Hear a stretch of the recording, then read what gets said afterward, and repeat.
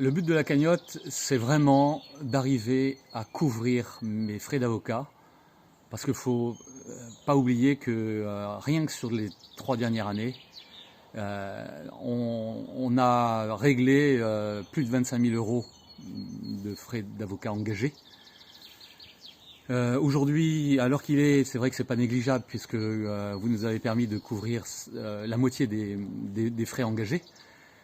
Mais vous voyez bien que là, le combat n'est pas terminé. Il y a un vrai risque de relax. On a besoin de prendre des consultations, de riposter. Et effectivement, nous avons vraiment encore besoin de vous.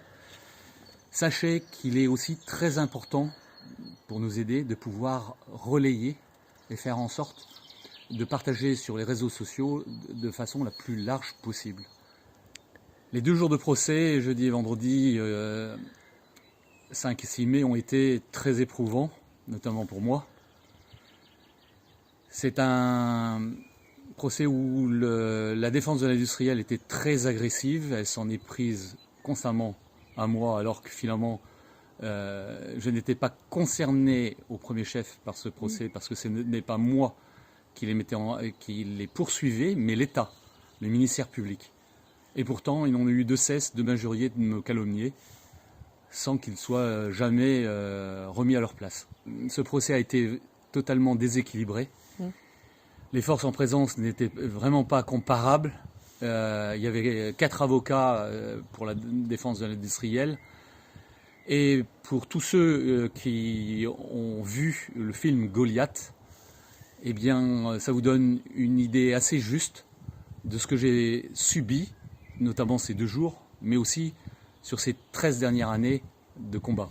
Il y avait vraiment une grande absente à ce procès, l'administration en général. Et pourtant, les services de l'État, donc les services des fraudes, les services vétérinaires, la direction de la protection de la population, ils avaient tous été cités à comparaître par le procureur. Personne ne s'est présenté. On peut se dire, ils ont fait la tactique de la chaise vide. Dans quel but? Seulement laisser le champ totalement libre à l'industriel pour diffuser et ânonner tous ces mensonges répétés les uns après les autres.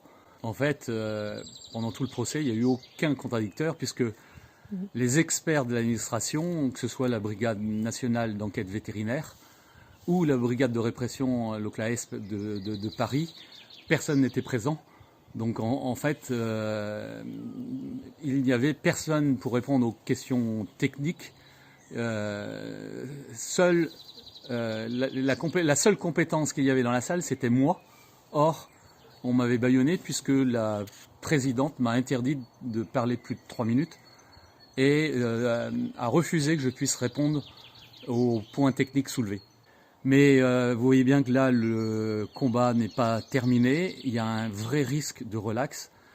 On a besoin de prendre des consultations, de riposter et effectivement, nous avons vraiment encore besoin de vous. Au sommaire de cette journée, en fait, il ne faut pas négliger cette première victoire que j'ai eue, à savoir le procureur, dans son réquisitoire, dès le début de son réquisitoire, a insisté sur l'action salutaire du lanceur d'alerte, ajoutant même que grâce à mes révélations, j'avais contraint l'industriel à stopper ces fraudes. Et il ajoutait, enfin, je l'espère. Je voulais tout spécialement remercier chacun d'entre vous, vous tous qui avez contribué à m'aider financièrement.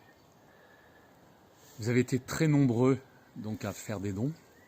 Et je n'oublie pas tout spécialement aussi les personnes qui l'ont fait de façon anonyme.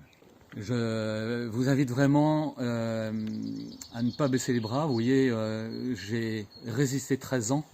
On n'est pas loin du but. Il ne faut pas lâcher.